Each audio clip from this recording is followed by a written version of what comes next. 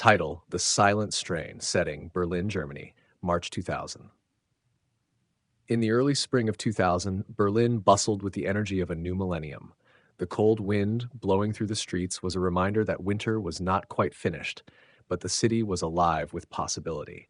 However, beneath the surface of this vibrant metropolis, something far more sinister was unfolding, a silent threat that would soon spiral out of control. Dr. Lucas Richter, a prominent virologist at the Max Planck Institute, had been working for months on a confidential government project. The task was simple on paper: create a new type of vaccine that could anticipate and adapt to rapidly mutating viruses. But the deeper Richter and his team delved, the darker the science became. Genetic manipulation and cutting-edge bioengineering were pushed to the limits, fueled by pressure from high-ranking officials eager to create a super vaccine for biological warfare defense. Late one evening in early March, Richter stumbled upon something alarming. A virus, known only by its lab code, GSV-3000, had mutated beyond their control. What was meant to be a controlled, adaptable virus had evolved into something far deadlier. Not only was it highly contagious, but it also had the ability to rewrite the genetic code of anyone it infected. Infected subjects exhibited strange physical mutations: eyes that glowed faintly, skin that turned translucent, and enhanced physical strength. Most horrifying of all, these mutations were irreversible. Panicked, Richter confronted his superior, Dr. Katharina Klein, a brilliant but cold geneticist with connections to military intelligence. She dismissed his concerns, brushing them off as the natural course of their research. "We've come too far," she insisted. "If we pull the plug now, all our work will be for nothing. And believe me, Lucas, you don't want to disappoint the people funding this." As the days passed, Richter became increasingly paranoid. He noticed unusual activity around the lab: armed security, encrypted communications, and a growing sense of surveillance. Something was wrong. He began to fear that GSV-3000 wasn't just an accident, it was intentional. Then came the first case outside the lab. A janitor, exposed by accident, began to display symptoms. He vanished without a trace.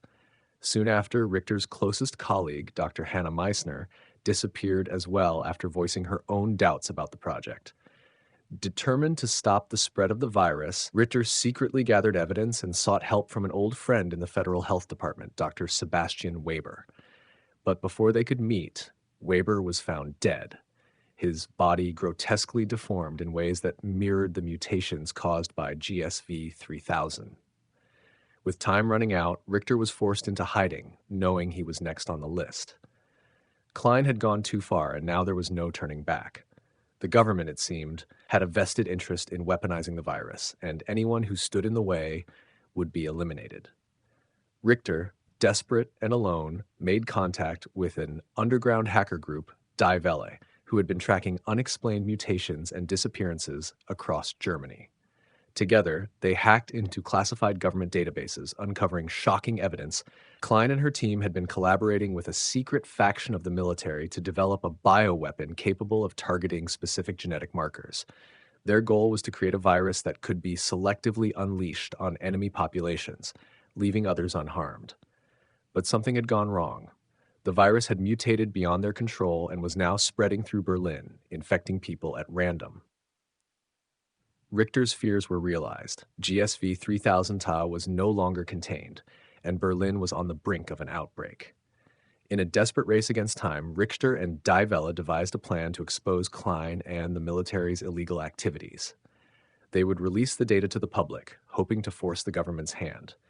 But Klein was always one step ahead.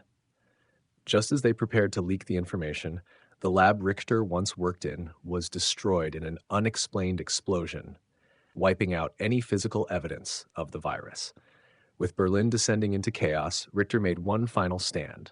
Using the virus's mutative properties against it, he developed a potential antidote, a cure that could reverse the mutations, but it came with a deadly risk. Testing it on himself, Richter disappeared into the night, determined to find and stop Klein before the virus could spread beyond Germany's borders. The fate of Berlin and perhaps the world hung in the balance.